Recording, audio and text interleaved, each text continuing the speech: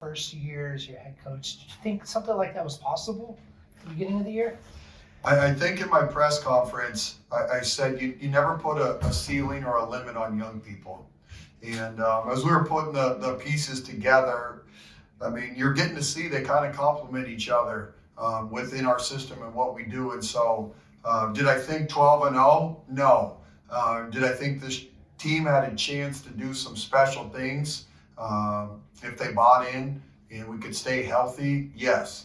Just because there's some very talented individuals, but you still got to play good basketball. And so it's the longest winning streak in school history, I think in the last 47 years. And so it's just a testament to those kids that are in that locker room, how hard they worked this offseason, and the good team ball they're playing on both ends of the court. And so the scary thing is we're still working through stuff, but couldn't be more excited for this group. Speaking of a testament to those kids, the rankings come out this week. Y'all are ranked 25th. You're the only first-year head coach in the rankings. You just talk about that? Yeah, it's all this stuff that's unfolding. The top 25 ranking, the 12 wins in a row. It's not normal. It's really hard to get a group of young people to play the game right, to be unselfish, to be great teammates, to have an awesome locker room, to share the ball out there and play with the camaraderie and spirit. If you were to watch us, I don't think you would have any clue this is their first time playing together. And so it's one of those things that all the pieces fit together, and they have worked their tail off. You earn the right to win is what I say. This group in the summer and the fall, their preparation, they earned the right to go 12-0. And so it's one of those things, and they've been locked in. There's some incredible leaders in that locker room that are upperclassmen that have been through some battles of college basketball. And there's some kids that have played in national championship games and in Final Fours. And so even though it's a new group, there's a very seasoned group of leaders in there that are guiding us. You talk about unselfish play. You talk about your point guard, Jaden, your floor general, and just, what she's been able to do, especially in the month of December. I call her the magician because it's remarkable. New system, a whole bunch of new players, and what she's doing is insane. I think she's had 4 straight games of 10 assists or more. Her assist to turnover ratio is top 5 in the country. I think she's 3rd in the country in assists. To do what she's doing, learning a brand new system with new teammates, that's why I call her the magician. It's incredible. And she makes it look easy. What she's doing is not easy. But her IQ, her vision, her mind, her competitive spirit, she is one of the elite point guards in all of college basketball. And there's no way there's many with better vision than her. I don't know if there is one. The way she sees the court and creates. And the fun thing about Jaden, she loves it. She's so unselfish when she plays the game. So happy for her, but she's the straw that's stirring the drink right now. Sedona, monster game tonight, 26 points, 17 boards. Probably could have easily had a 20-20 game if the score allowed it. You just talk about her game tonight? She had 27 and 16. 26 and 17.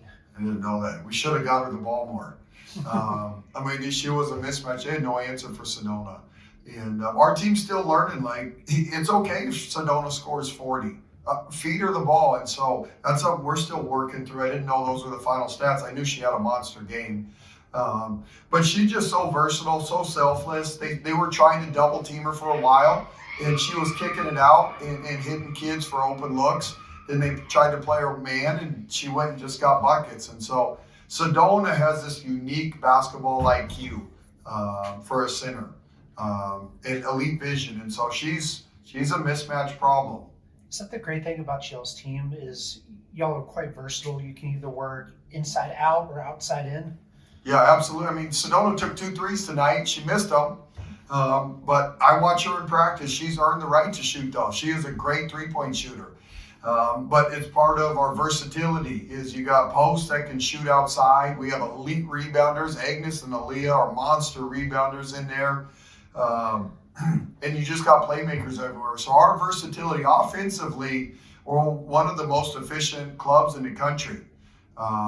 And then it starts with Madison is I think it came out today, but Synergy had her as the most efficient scorer in college basketball. And so just fun. These kids are playing the game right. What's it do for you as a coach to have someone like Aaliyah come off the bench and produce the way she does? Yeah, I've said it before the season, but Aaliyah, it's like we have 6 starters. Aaliyah, I consider her a starter. She has such an important role on this team. And she's so versatile, but she defends and rebounds. She can shoot the 3, super selfless, great competitor. But from the get-go, before we started any games, I told our squad that we have 6 starters, and Aaliyah is one of those. Does nights like tonight, does it make coaching easy or a lot more fun? Yeah, that's fun. No doubt, winning's fun. Any way you can take it, but as you're watching, there's still young kids on our roster that need development, that need game time, that we got to get better defensively and closeouts. Got to take care of the ball. There's things that we're still working through. So even though the game got away a little bit, there's kids that those reps are meaningful, and they need growth and development. I think one of the meaningful reps tonight was from Deja. And what's it mean to you as a coach whenever you see the bench light up the way they do? Anytime Deja does something, scores, had that and one there late in the 4th. Yep, you can tell that they really love each other. Our locker room is high level. This group has a fun spirit. They cheer each other on. The camaraderie, that stuff's organic. As a coaching staff, you can't manufacture that. It's getting the right collection of people and personalities together. And it's kind of the it factor. This group, they got it. They're going to go to war for each other. The girls, after the last game, were talking about that they still hadn't felt like they put in 4 solid quarters together. Do you think they put 4 quarters together tonight? No, we're still a work in progress. I think we gave up 17 in the second quarter. Defensively, we got loose. I had to burn a timeout in the second half where we were sloppy offensively. And so human nature, you take your foot off the gas pedal. And we got a heck of an 18-game schedule coming up. And so this group, we don't have time to take our foot off the gas pedal. We got to keep growing as a team and keep getting better. There's things to work on out of every game. Would it be one of those things limiting offensive fouls coming out of tonight's game? Yeah, I mean, we had, 4 possessions, where we ran over a player. Well, just make the simple play and jump stop and swing the ball. And so one of the things, though, we haven't had an issue with sharing the ball. This group, our assists, I don't know what it was tonight, but they have done a tremendous job of creating for each other and sharing the ball. Today was a little uncharacteristic. I think we ended up having 4 offensive charges. So the kids just need to slow down. But that was uncharacteristic for this group. And then you just talk about your rebounding effort. 59 rebounds tonight, most since 2004. Something like, I think is what I saw. Wow.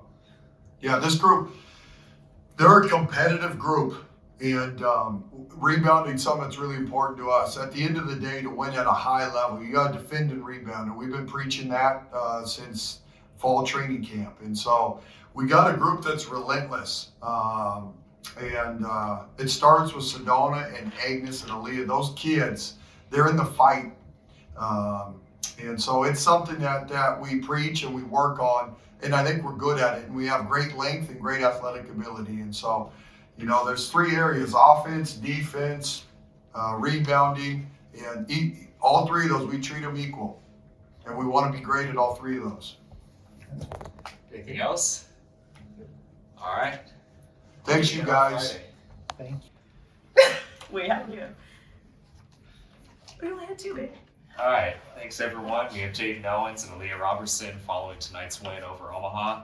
Questions in the room for these 2? Jaden, y'all are 12-0, program record, 12th win in a row. Just what does that mean to you coming into this program this year? I think it's exciting. Can you hear me? I think that's exciting just because it just shows how much we love to play together, how healthy our culture is. Our coaching staff, they know how to get a dub. We know how to follow. I don't know. I just think this really shows all of our hard work that we had in the summer. Leah, for you, the way last year went to the turnaround this year, what's it been like for you? It's been amazing. Just Mark instilling confidence in me. I feel like that was a big thing, and I'm just here to help my team win. And that you did. Mark considers you. He said that you're basically the sixth starter. Mhm. What's that mean to you whenever you go out there and then back that up with a performance like tonight? Yeah, I really don't care for that. I just go out and do what I do, and yeah, just help the team and do whatever I need to do and be me. Jaden, for you, since the calendar flipped to December, it's like you've really been clicking offensively, finding the open shooter. I think you've had 10 plus assists in 4 straight games now. You just talk about your play. I take a lot of pride in getting my teammates the ball. I feel like that's one thing that's a controllable, and it's just so fun to see my teammates have fun. So if I can do that, that's all I want to do. I don't care about the points. I don't care about none of that. I want my teammates to be successful, and I'm going to do what has to be done for that.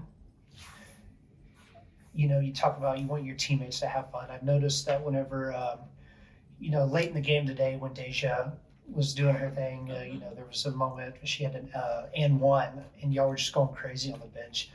What's that kind of support mean to the entire team? I think it's just, I don't know how to say this, but I don't really consider it like a starting 5 or like our top, whatever it is. I think everybody has something special that they add to this team. You know what I'm saying? It doesn't matter the playing time. It doesn't matter the points you score, the assists, or any of that, in my opinion. Each person adds something special, and I feel like Deja is just, I love that girl. That girl is just a spark. She's energy. She's just happy to be here, and I want her to succeed just because we're all the same. We all bring something different to the table, and I just love to see somebody step out their comfort zone and have fun and finally play the way they deserve. Let's see here. Sedona, monster game tonight, 26 points, 17 boards. You always talk about, what's it like feeding her in the low post and watch her do her thing? Well, that's probably why I get 10 assists in the past 4 games, because it's Sedona. Nobody can guard her. Yeah, nobody can guard her, so what they say, don't fix something that's not broken. We're just going to keep going at it, let her play her game, let her be great, and I'm just happy to be part of it, to be the one passing the ball. You talk about the assist numbers, but you also low turnovers, 0 turnovers tonight. You take pride in that part of your game? Oh, man, yes. I don't like turnovers. I have PTSD. I used to have a turnover box back in my old college days.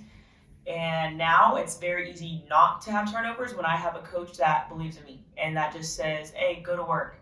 And I don't know, this man makes basketball very easy for me. That's why I feel like I don't stress about turnovers. I don't stress about it because he has so much trust in me. It's so easy to just go out there and play. Speaking of the man, Mark, you look at the top 25 rankings this week, y'all are ranked. Only first-year head coach in the rankings. Just what does that mean to y'all? I feel like that shows how good of a coach he is and how he can lead a program. He's done it before, but this is like something different, something special, and it just shows that he's an amazing coach. What's to say about y'all? That we're led by a great leader and we know how to follow a great leader. And we enjoy doing it. I think that's one thing. Yes, we have a great leader, but we love each other so much. Like, it's insane. Like, sometimes I just be laying in my bed. I'm like, bro, I really love these girls. Like, this team is amazing. Like, we all want each other to succeed, and that's what I think makes us unstoppable. Like, it doesn't matter if somebody has 20 points this night. Somebody's going to have 20 points the next night. Like, each man up, and we're happy. Whoever it is, we're happy. And I think that's what makes us so just, like, unstoppable. Is that, you talk about, the unselfishness of the team. Is it the most unique basketball team that you've played on? Yes. Not a question. Yes. Yeah. After every game, there's a lesson to be learned. What's the lesson coming out of this game? Defense. Sorry, I took that one. Defense, because once we get to Big 12, you got to play some defense. Like, it's like right now, it's a little like, okay, you can let things slide, but once it gets to Big 12, things can't slide. So we just need to stay on championship habits, stay locked in. Doesn't matter the scoreboard. MC kept preaching that, like, the scoreboard, don't look at it, just play your game. And I think we just really need to lock in on getting stops. It doesn't matter how much we're up by. We got to take it personal. for both of y'all. Do y'all feel like y'all put together 4 quarters of basketball yet? You got it, girl. No, but go ahead. Yeah, I say no. We always let up at least 1 quarter, and I feel like that's something that we need to get better at. Like she was saying, kind of going off of defense, like letting things trickle down. If you make one mistake, it's gonna lead to another mistake, and I feel like after 2, we need to cut it, and that's something that we need to work on as a team as well, and that'll be a part of putting our 4 quarters together. Does it make it scary for the rest of the NCAA knowing that y'all performed the way that y'all have and haven't put together a complete game yet? Yes and no, because it can be scary if we lock in, but that's on us. You know what I'm saying? Like once we take that next step, it can be scary. But right now, we're so focused on ourselves and what our potential is. I'm not really worried about anybody else. I'm not really worried about this 25 ranking. That's just another target on our back, in my opinion. As long as we stay locked in, we come in tomorrow, we do what we know is best, and that's all that really matters. And then last for me, for both of y'all switched to a zone. You know, how's that been going for y'all? Good. It's just something that we're working on just in case it's like our backup defense for Big 12, and I feel like we're improving more and more and getting game reps at it, so it's really helping us. I agree. I think right now we're just trying to work some kinks out. This is new. Like this is to get like for us to all be playing together. This is new. So just working on it. Like we can do it in practice, but we want to get game reps at it. All right. Thanks, everyone. Thank you.